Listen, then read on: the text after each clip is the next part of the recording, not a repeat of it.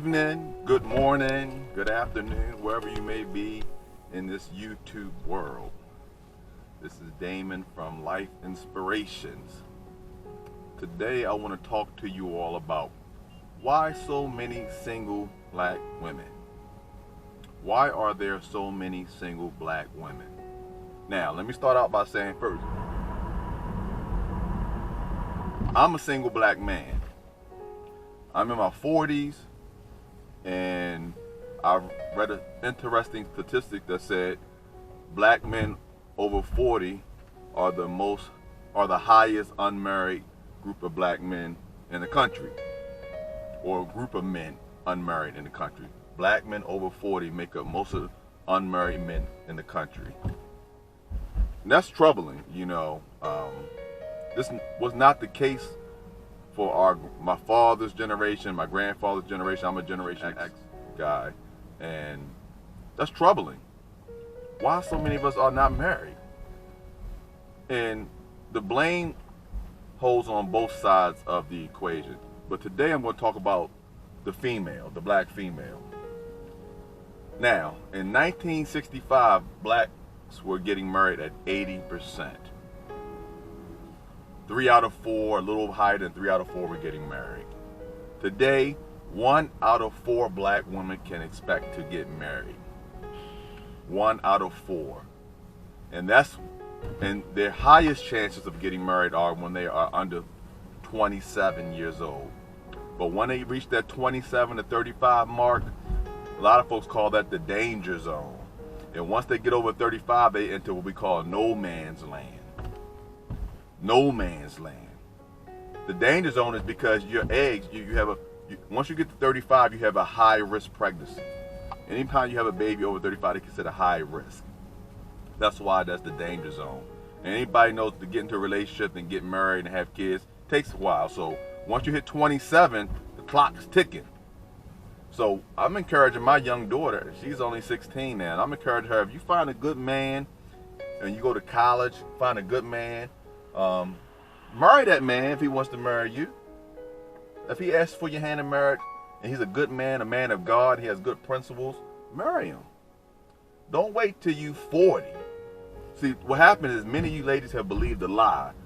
You were taught that you had to be independent.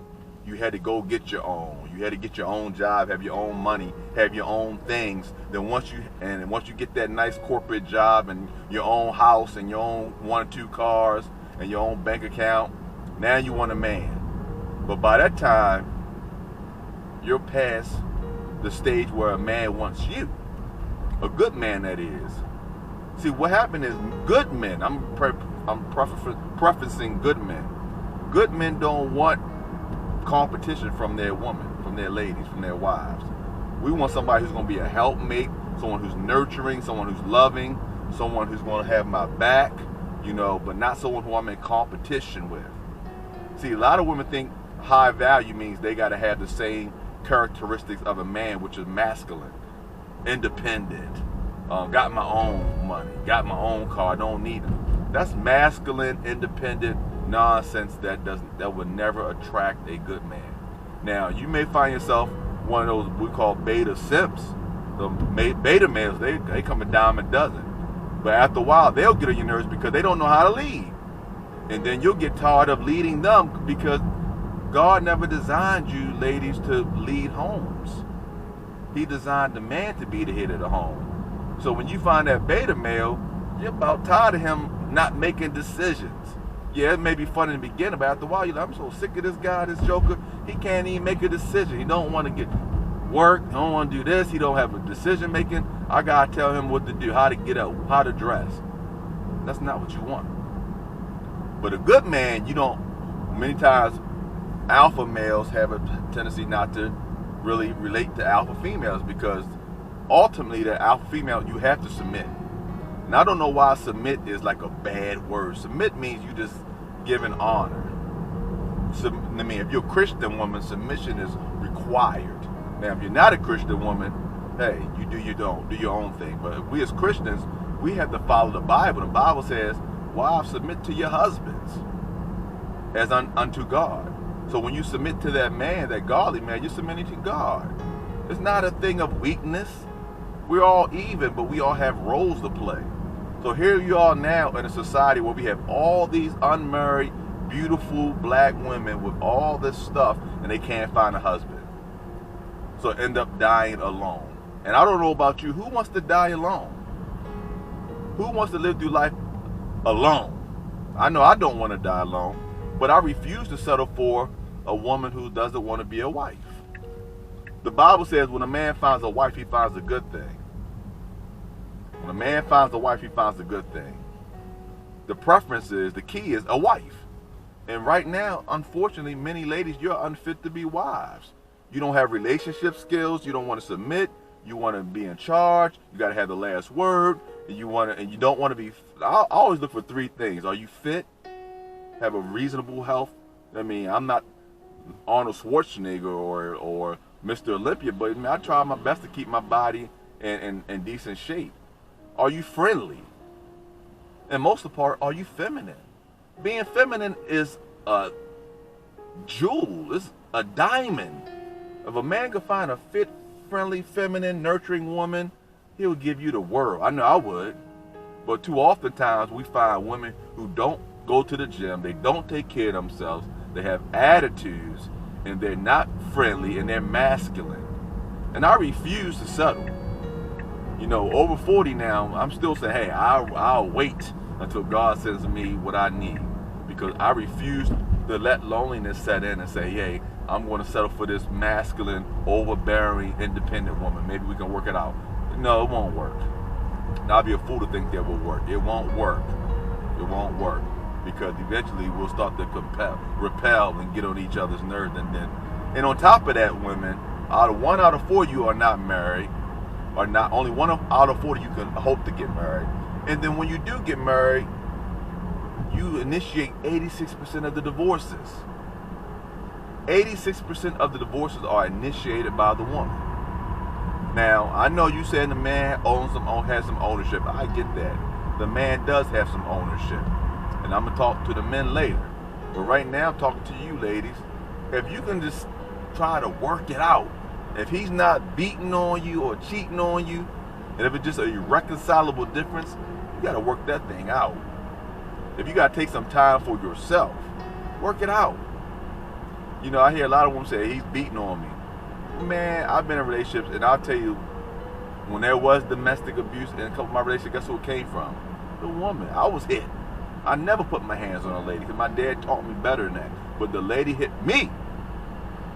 But yet we're always accused of being the abuser. In college, find yourself a good man. Because men, you ain't going to have that chance to have that much interaction with the opposite sex like you have on a college campus. You're not in the real world, especially with this COVID stuff. So encourage your daughters to get married. Have babies at an early age so you can enjoy the latter part of your life. You don't want to have babies at 40.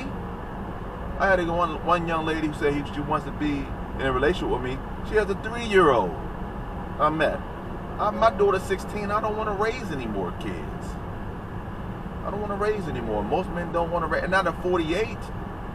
Now, when I was 38, maybe I would have considered it. 28, oh yeah, you can have yours. I mean, but good men really don't want to raise nobody else's child.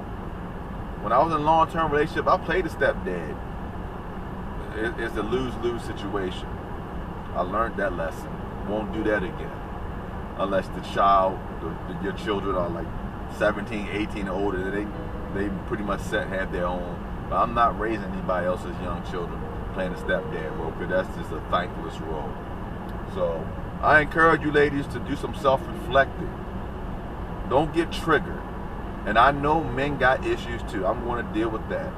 I am going to deal with the issues that men have. But right now, women, we got to get you out of being 1 out of 4.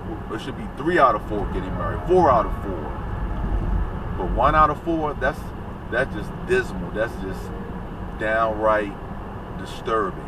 Because at this pace, we won't have any more families. We don't have just whatever. No communities. Just single women with kids. This can't continue. this can't continue, or we're going to have a real struggle in the later generations. So this is Damon from Life Inspiration. I inspire you women to go out there, look what I said, don't get triggered. Ask yourself, are you meeting the qualifications of being a good wife? Are you ready to be a wife? Are you ready to submit to that man who's going to lead that family, lead you? If not, maybe it's not for you. Maybe marriage not for you. Like I always say, get a dog, get a pet, die alone. Sad but true. So until next time, God bless you. I know this message is not popular, but it is what it is. God bless. Take care. Bye-bye.